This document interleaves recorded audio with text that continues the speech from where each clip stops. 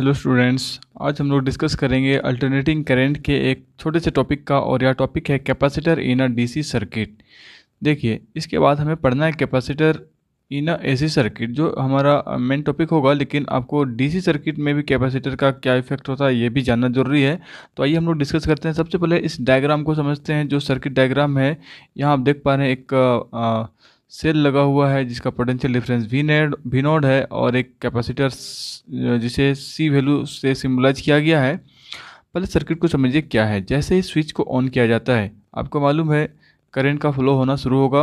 और क्या होगा, करंट का डायरेक्शन पॉजिटिव टर्मिनल से होकर के नेगेटिव टर्मिनल की तरफ होगा, जो कि पॉजिटिव चार्ज का डायरेक्शन होता है। उसका अपोजिट डायरेक्शन में क्या मूव करता है, तो इलेक्ट्रॉन। जैसा हम जानते हैं, the direction of electron is opposite to the direction of current. तो आप देख पा रहे हैं कि जो इलेक्ट्रॉन है वह एंटी क्लॉकवाइज घूम रहा है और इलेक्ट्रिक करंट वह क्लॉकवाइज घूम रहा है। तो ये बात आप समझते हैं।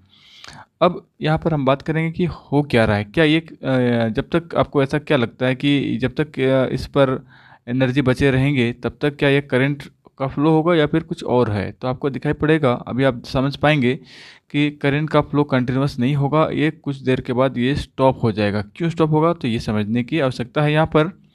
तो देखिए क्या होता है, when switch is kept on the current starts to flow through the circuit. what happens, electrons moves in this direction anticlockwise and positive charge moves in anticlockwise direction। हर इलेक्ट्रॉन के पास अपना नेगेटिव चार्ज होता है। क्या होगा, negative charge will accumulate at this plate, right hand side plate, and positive charge will accumulate at left hand side plate.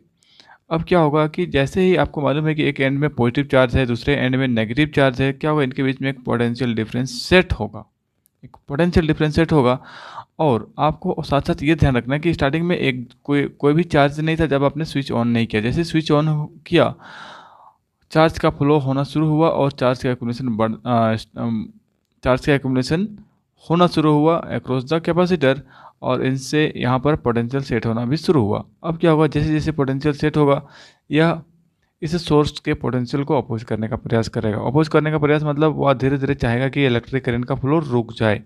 और क्या होगा कि देखिए, ये कंटिन्यूस प्रोसेस चलता रहेगा। जैसे स्विच ऑन करेंगे, करंट फ्लो होता रहेगा इस डायरेक्शन में, और इलेक्ट्रॉन जैसा आप समझते हैं उसके अपोजिट डायरेक्शन में आकर के नेगेटिव चार्ज यहाँ पर प्रोवाइड करता रहेगा।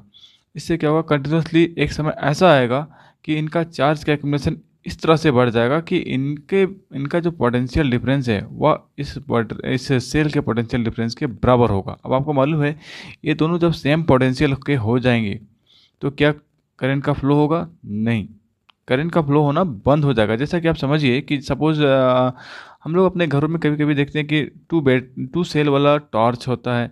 क्या करते हैं, कभी कभी गलती से हम लोग टॉर्च के दोनों सेल को फेस टू फेस लगा देते हैं, तो हम देख पाते हैं कि टॉर्च जल नहीं पा रहा है। हमने तो नया बैटरी यूज़ किया था, वो जल नहीं पा रहा है। क्यों? क्योंकि उसके पोलैरिटी को हमने अपोजिट रखा। मतलब क्या होता है कि उनका जो पोटेंशियल है वह अपोज कर रहा है।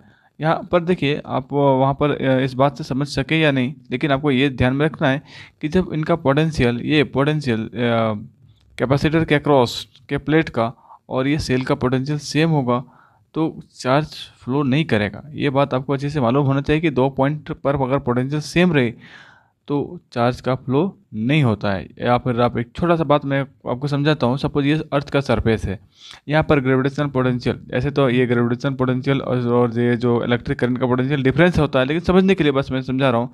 इस पॉइंट पर आप जाइए, यहाँ पर जाइए, सभी जगह पर पोटेंशियल सेम होता है।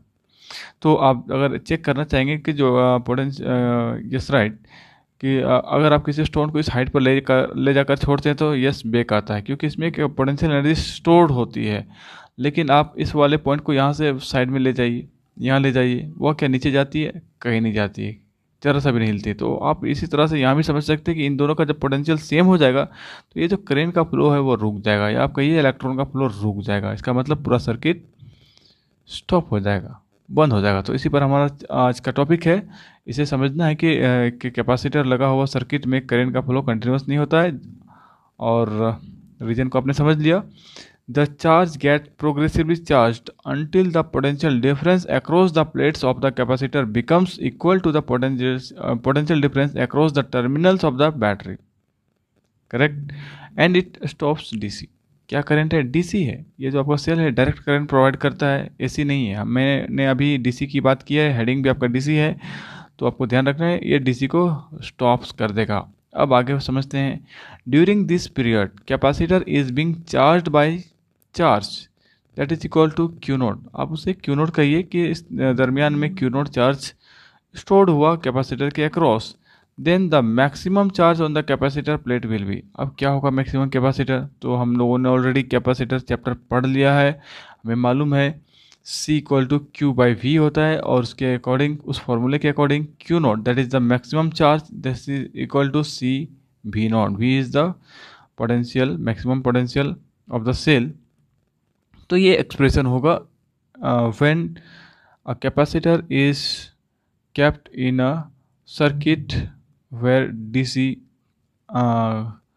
current is applied, right?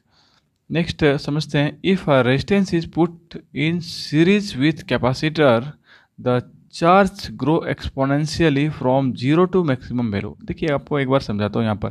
देखिए क्या होगा, आप कहने का मतलब कि आप यहाँ पर कहीं पर भी सर्किट में कहीं पर भी एक रजिस्टर लगा दीजिए आर वैल्यू का।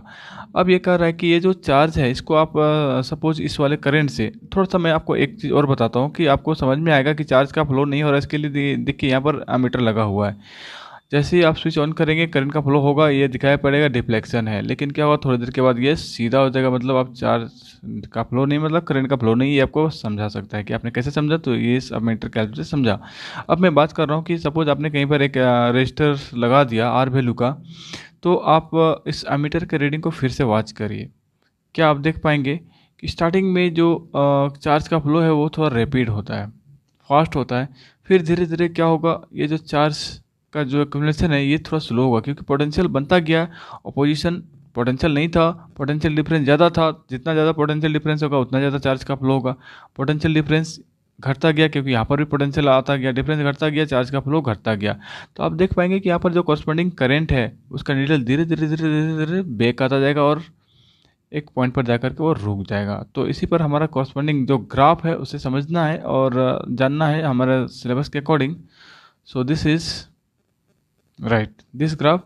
यहाँ आप देख पा रहे हैं हमने ग्राफ ड्रॉ किया है versus Q and time. This is time graph. और यहाँ पर देखा जा रहा है कि जैसे आपने एक रेजिस्टेंस लगा दिया R C, that is the resistance capacitor circuit, और हमने स्विच को ऑन किया, करंट का फ्लो क्या होगा, स्टार्टिंग में रैपिड है और धीरे धीरे धीरे धीरे क्या होगा, ग्रेजुअल डिक्रीज होगा और एक वैल्यू पर जाकर सैचुरेट होगा ज़्यादा।